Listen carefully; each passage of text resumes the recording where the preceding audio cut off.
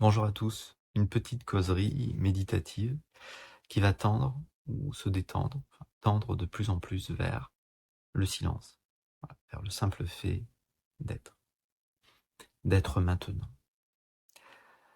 La méditation, c'est simplement être avec ce qui est comme c'est, sans vouloir le changer, sans vouloir le manipuler, pas vouloir que les choses soient forcément autrement, juste les constater, jusqu'à se rendre compte qu'il est impossible d'être avec ce qui est comme c'est, puisqu'il n'y a que maintenant. Qu'est-ce que je veux dire par là? C'est qu'il n'y a absolument rien à faire pour voir. Il n'y a rien à faire pour ressentir le corps. Il n'y a absolument rien à faire pour penser, malheureusement. Il n'y a rien à faire pour, par exemple, goûter les aliments ou ressentir quelque chose. C'est une question d'attention. Et notre attention a tendance à focaliser au niveau des pensées. Les pensées nous délocalisent, parce qu'une pensée est toujours reliée soit au passé, soit au futur.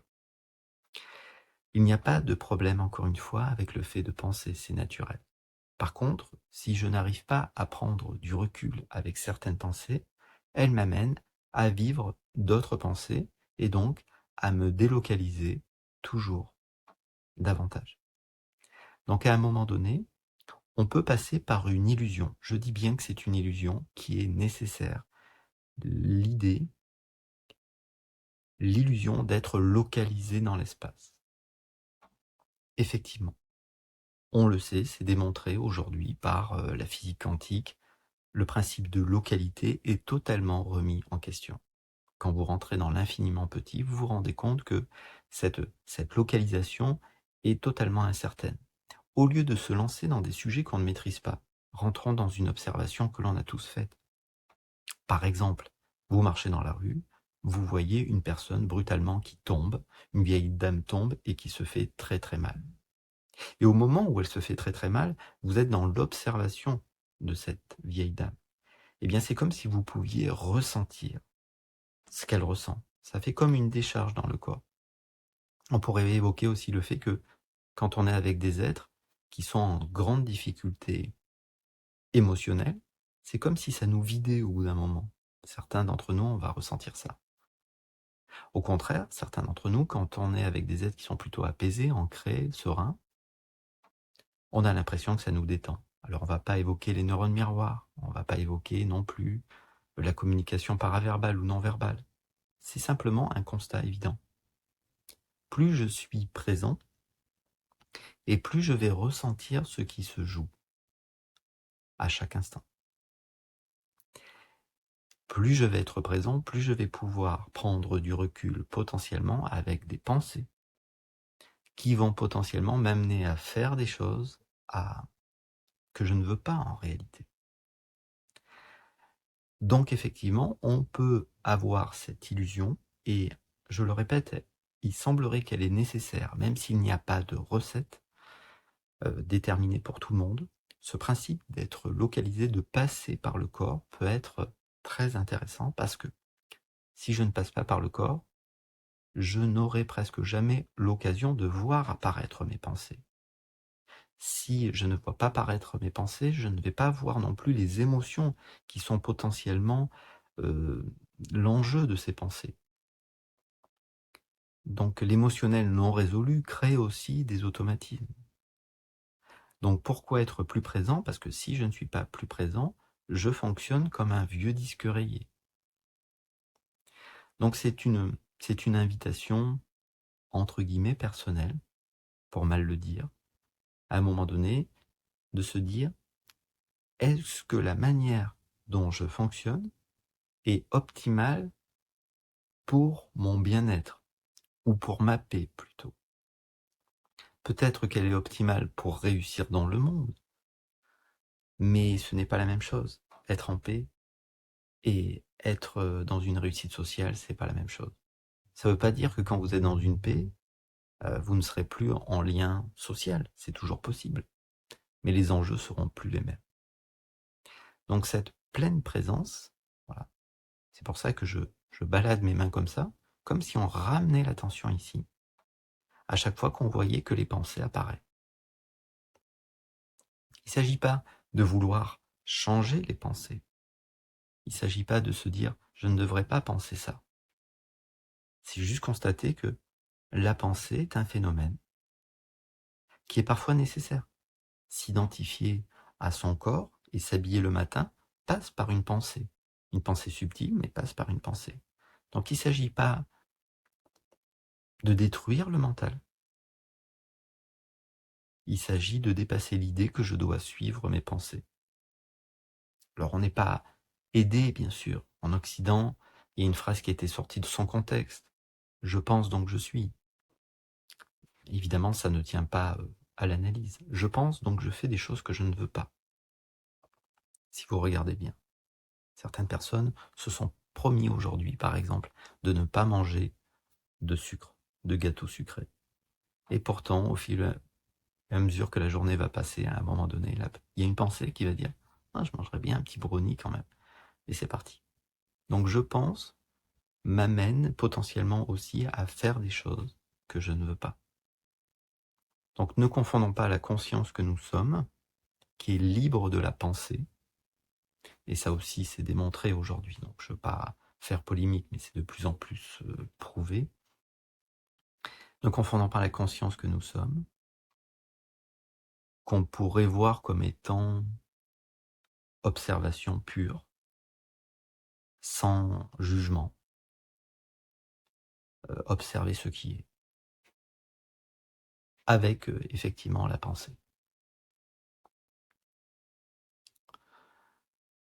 Donc, on a appris peut-être que le siège de la conscience, c'était le cerveau. Mais par quel tour de passe-passe est-ce possible? Une première cellule, trompe de Fallope, sans cerveau.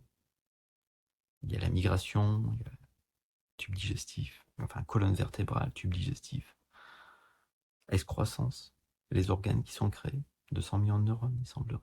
Puis plus tard, un cerveau, une première cellule sans cerveau.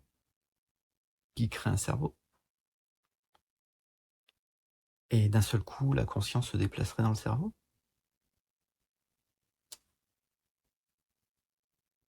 C'est curieux, non? Je veux bien, mais par quel tour de magie, ici, ça devient le deuxième cerveau? Donc il y a une écoute profonde. Voilà. Certains vont parler de l'élan du cœur. Une écoute profonde qui vous, comme une boussole, qui vous donne naturellement la direction à suivre.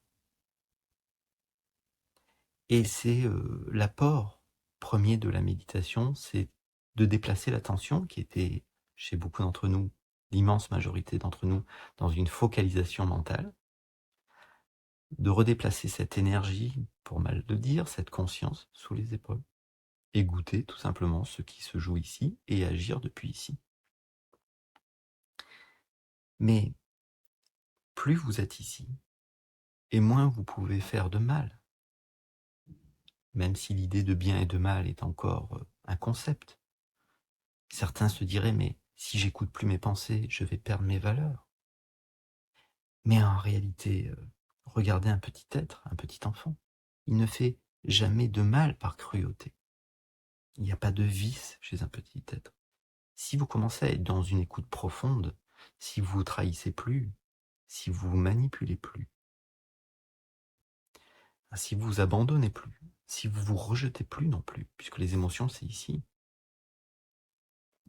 vous croyez que vous allez rejeter l'environnement? Vous croyez que vous allez trahir l'environnement? Vous croyez que vous allez abandonner l'environnement? Si vous vous abandonnez pas vous-même, si vous ne faites pas de mal à vous-même, parce que cette non-écoute est autoritaire, elle est brutale. Certains d'entre nous, on est des experts pour se couper de la tendresse, de la vie.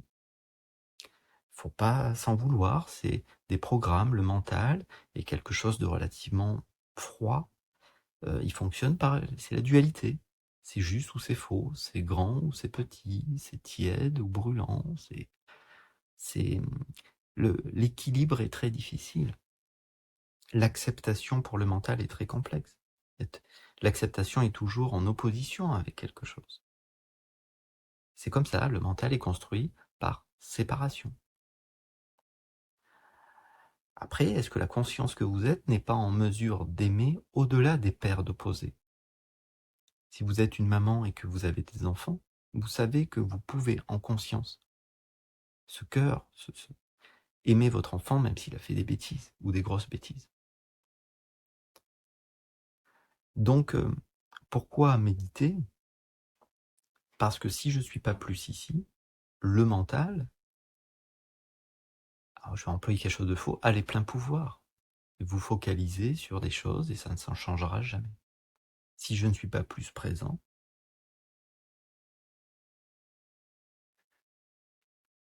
eh bien je ne serai jamais bien.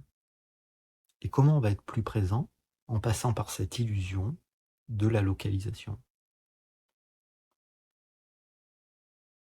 Alors je vous invite, si vous êtes toujours avec moi, à porter votre attention sur le lieu où vous êtes.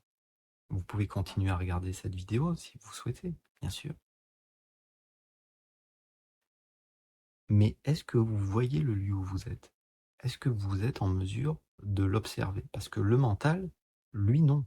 Le mental peut juste apposer une étiquette. Le mental va dire « je connais ce lieu ». Et le mental délaisse ce qu'il connaît. Donc si je porte une attention fine, je vais me rendre compte, c'est le principe de l'attention, que j'ai pas forcément vu la place de tous les objets, comment ils étaient.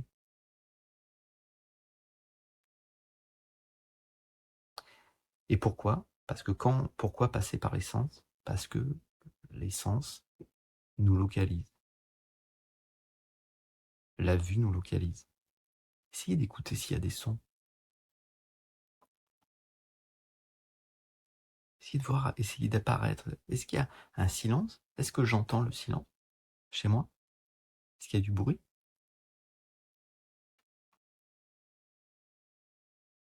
Est-ce que mes enfants sont en train de regarder la télévision là-bas?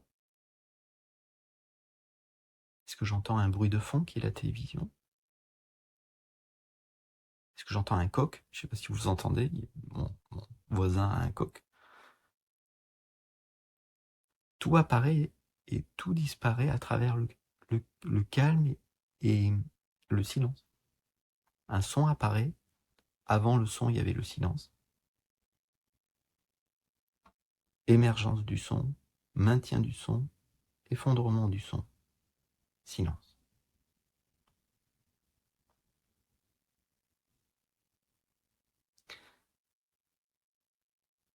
Les images, c'est pareil. Vous regardez quelque chose, vous le voyez. Apparition du son, maintien du son, parce que vous continuez de le regarder. Si vous regardez quelque chose chez vous, par exemple. Effondrement du son. On focalise sur quelque chose d'autre. Vous mangez quelque chose, apparition d'un son. Apparition d'un goût, pardon. Maintien du goût, disparition du goût. Et le corps, qui est peut-être la meilleure chose qui nous localise. Apparition d'une sensation. C'est déjà là, essayez de ne pas ressentir votre corps tout de suite. Par exemple, si vous ressentez vos jambes tout de suite,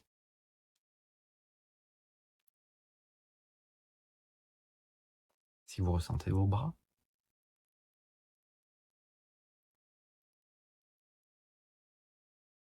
vous pouvez vous demander, est-ce qu'il y a quelque chose à faire pour ressentir les bras? Un effort à faire ou est-ce que c'est là déjà?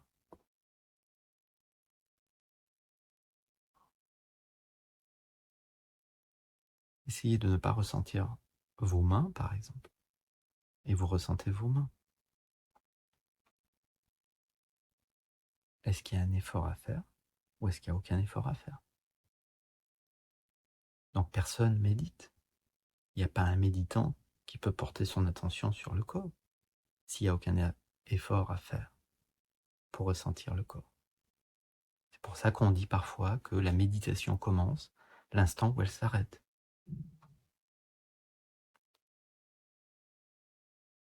Ou l'instant où on s'est rendu compte qu'on a échoué. Effectivement, personne n'a jamais réussi à méditer.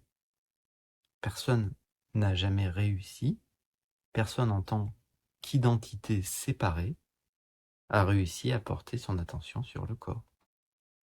Si vous regardez bien, ça se fait tout seul. C'est une prise de conscience à faire, c'est tout. Et puis j'ai rien à vous apprendre. Parce que plus vous allez être présent,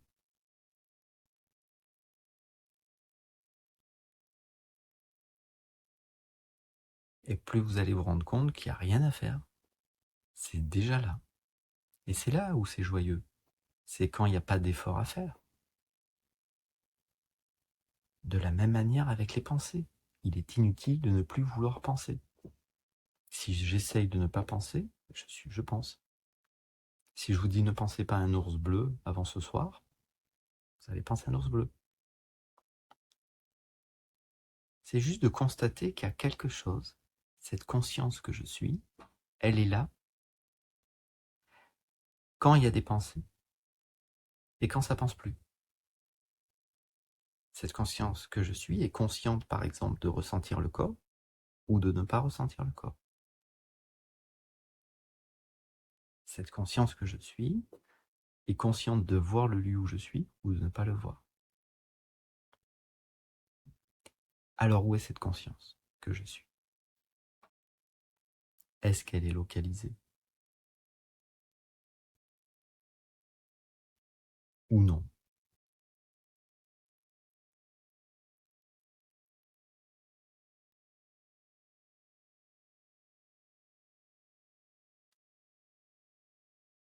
Et on peut vivre, agir dans la vie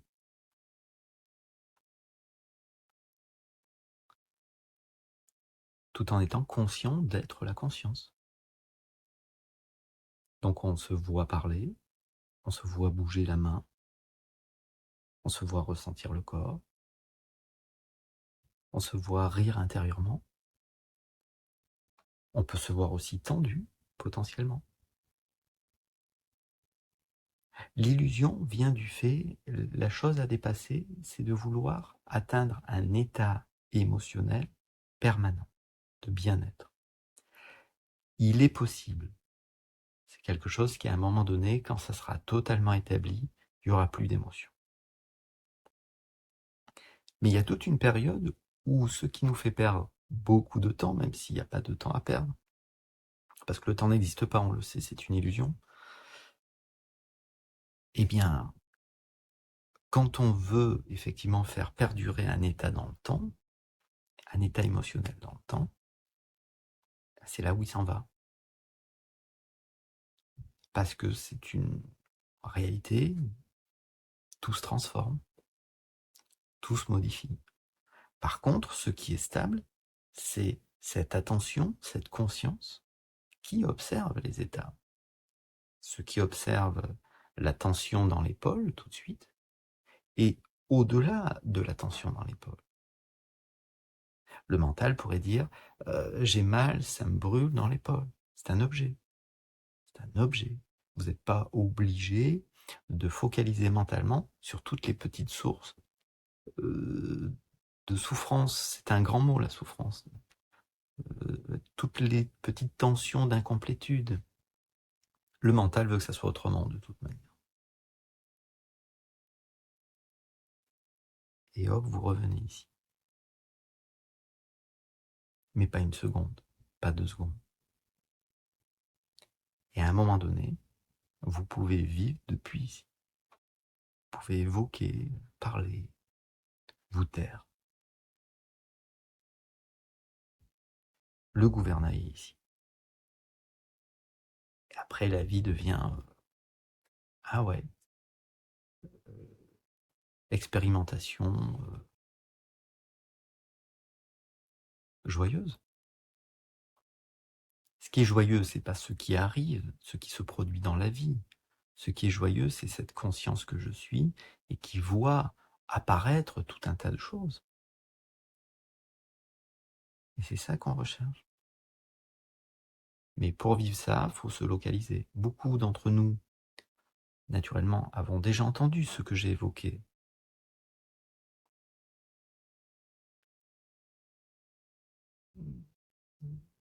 Vous l'avez déjà entendu. C'est possible. Donc la question c'est, est-ce que c'est compris mentalement, mais est-ce que c'est vécu là? Est-ce que c'est là? Voilà. Je ne peux pas ressentir de la joie demain. La joie demain, quand je la vivrai, ça sera maintenant. Donc de comment je me ressens maintenant va presque créer ce que je vis au niveau de l'environnement. Même si l'environnement est encore une projection mentale, évidemment. Alors, voilà, est-ce que je suis là? Est-ce que vous êtes là avec moi? Et où se situe cette conscience que vous êtes qui ressent le corps tout de suite? Ah, vous ressentez le corps tout de suite. Mais où est cette conscience qui ressent le corps?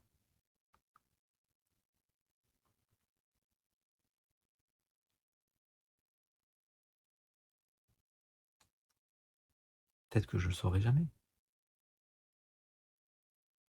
C'est pas grave, si, peut-être pas.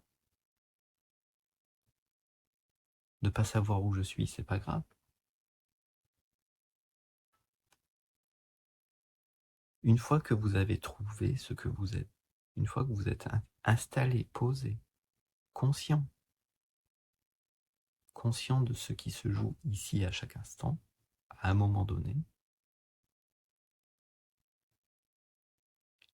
vous ne focalisez plus sur les incomplétudes, les colères, les tristesses.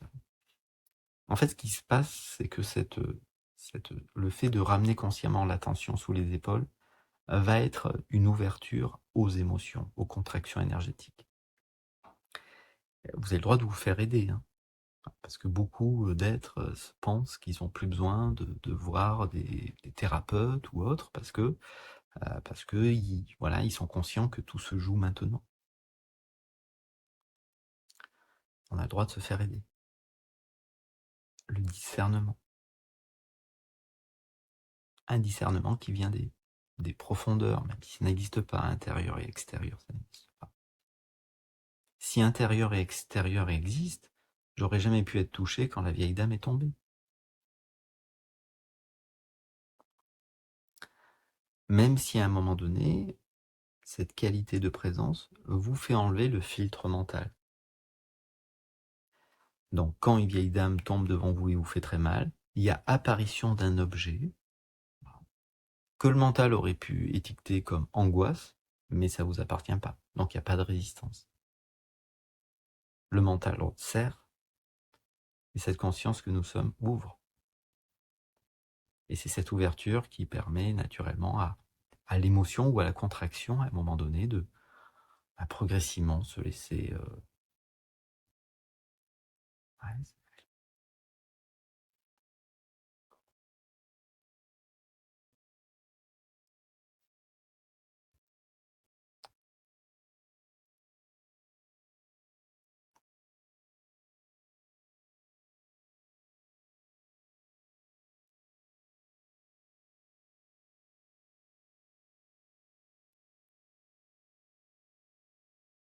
revenir dans le ressenti du corps.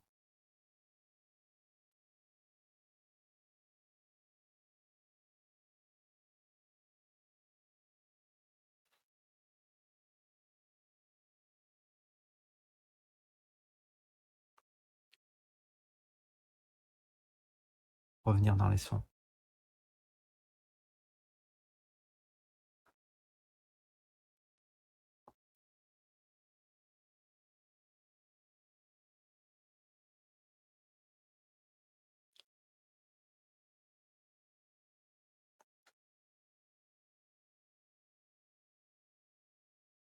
Qu'est-ce qui était là avant la pensée qui apparaît?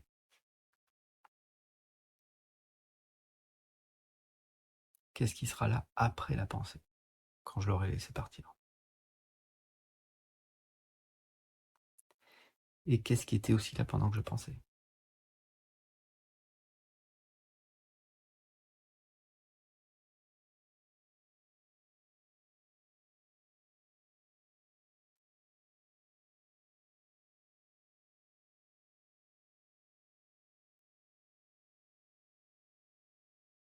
Est-ce que ce qui voit la pensée pense ou ne pense pas?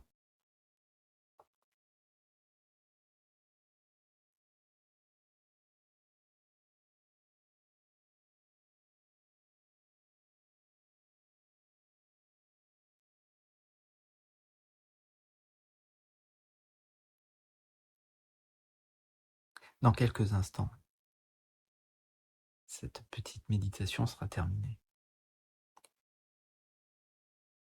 Est-ce que au moment où cette petite méditation sera terminée, petite présence à ce qui est,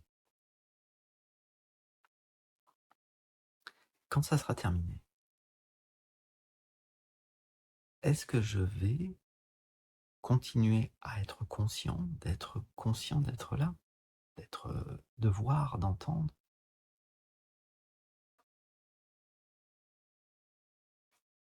de ressentir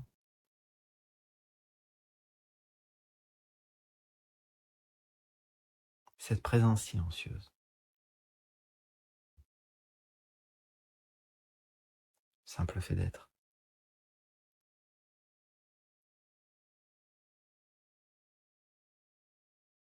est intolérable pour le mental.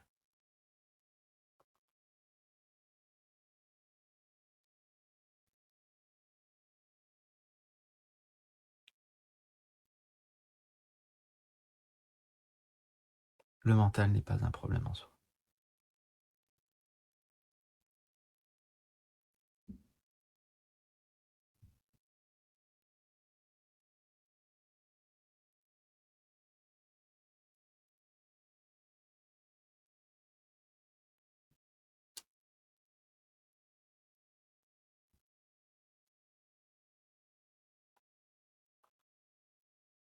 Et je ramène l'attention dans le corps, dans le ressenti. J'observe la détente dans les jambes, dans les genoux, ou j'observe la tension dans les genoux. J'observe la tension dans l'épaule. Est-ce que c'est la même? Est-ce qu'elle est partie?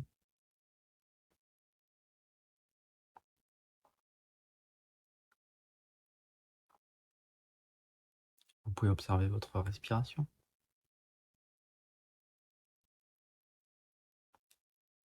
Qu'est-ce qui est là avant la respiration, pendant la respiration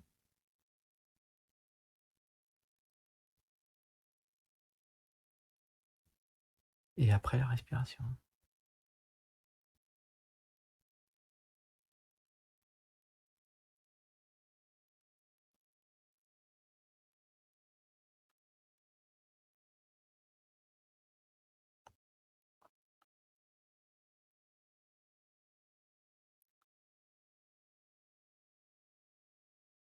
Qui suis-je? Qu'est-ce que je suis? Je ne suis qu'une histoire que je me raconte et qui disparaît tous les soirs.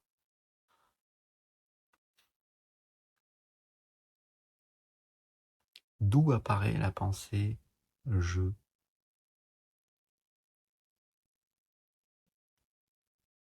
la pensée moi je?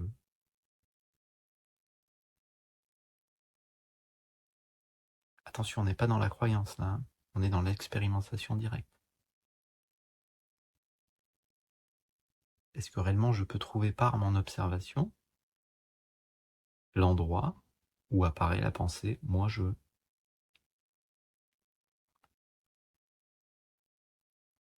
Ou est-ce que je la trouverai jamais?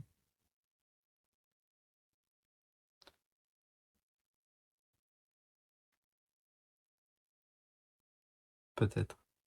À bientôt. Au revoir.